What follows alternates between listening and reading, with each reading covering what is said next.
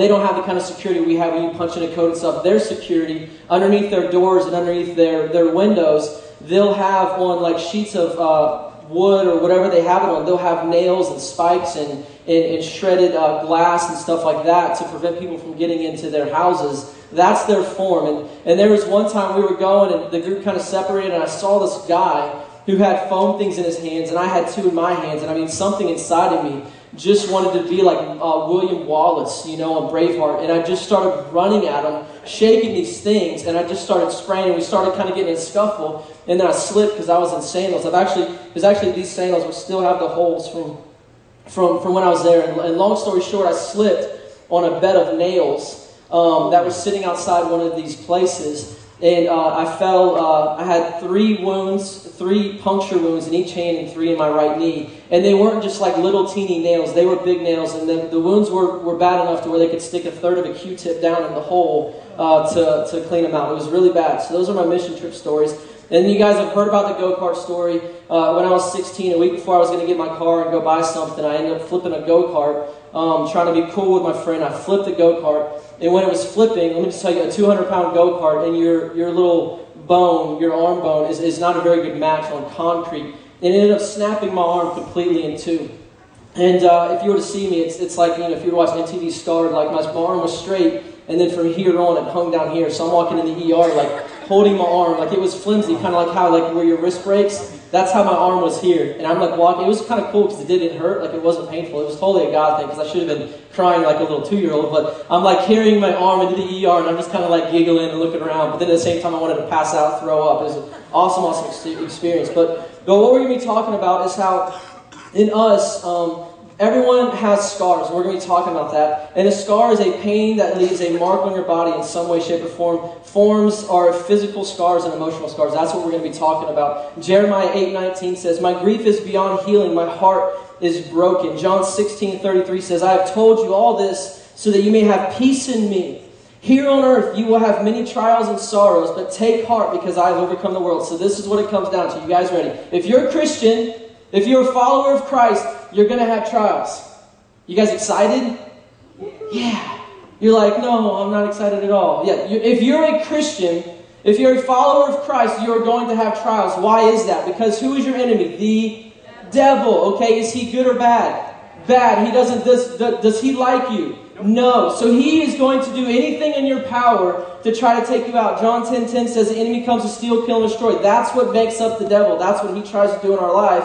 And what happens is he ends up putting scars and wounds, and he ends up hurting us emotionally and spiritually, and he hurts us in these ways. And what we're going to talk about tonight is we're going to talk about the lies that we get from scars and the truth of what God's Word says. The first lie is that emotional scars heal just like physical scars. And I want to give you some examples on how you can understand how the two are different. They don't heal the same way. And these are examples that I've seen in my life, and they're kind of funny or some might be weird, but this is how I know that emotional scars and physical scars are different. Now, when it gets cold outside in the winter, and you have a metal car, what tends to happen? It starts to get staticky.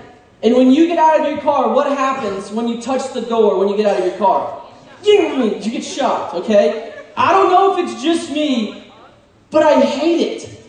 Like, I'll get out of a car and I've come up with all these different ways. Someone told me that if you like knock on the glass twice and it doesn't shock you, and then I'll try and shut the door, it shocks me. And some of them are really bad and some aren't bad. But what happens is the physical pain or the physical wound or the physical hurt at that point in time is instant, right? It's there and it's gone. But what happens to you emotionally?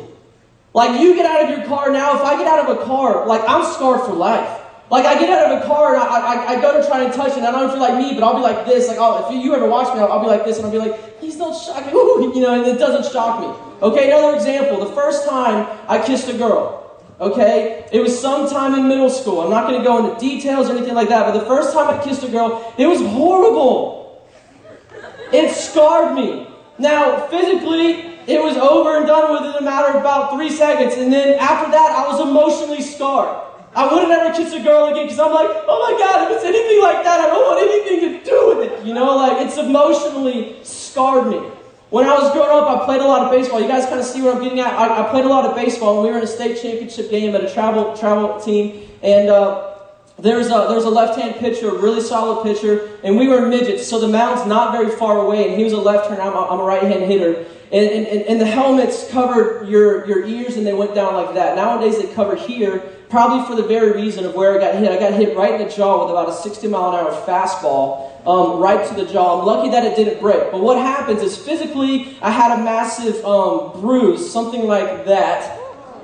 You can see that. I don't know how it happened. I think it's because David hit me when we were playing basketball the other day. I'm not sure. But anyways, I had this massive bruise, and it hurt, but eventually it went away. But every time I would stand up to bat and I would get up there, I would be really, really fearful and really scared of what's going to happen. Why? Because it has emotionally scarred me. And that's the difference between emotional scars and physical. Physical can just come and go. Emotional tends to stay. The second thing here is the lie, is that people are crazy if they have emotional scars. The devil has sent out this lie to say, hey, you're crazy. You have an issue if you have some emotional problem, if you're hurt or wounded in some kind of way. And what the enemy will try to sell you is, man, if you've been hurt in your past, or man, maybe you grew up and something happened with your family or with a guy or a girl, or man, maybe you've got something that is just wounding you and it's scarring you. What ends up happening is, man, the enemy tries to sell you this lie that, man, you're messed up, that God's never going to be able to do anything with you because you're not perfect and because you're crazy because you have something going on in your life. And what we're going to talk about tonight is what God says about that. And the third thing here is that everyone must act like they have it all together. Have you ever seen people at church, you'll see them outside in the parking lot, and it's funny because this is almost identical to the same message that our pastor spoke on Sunday.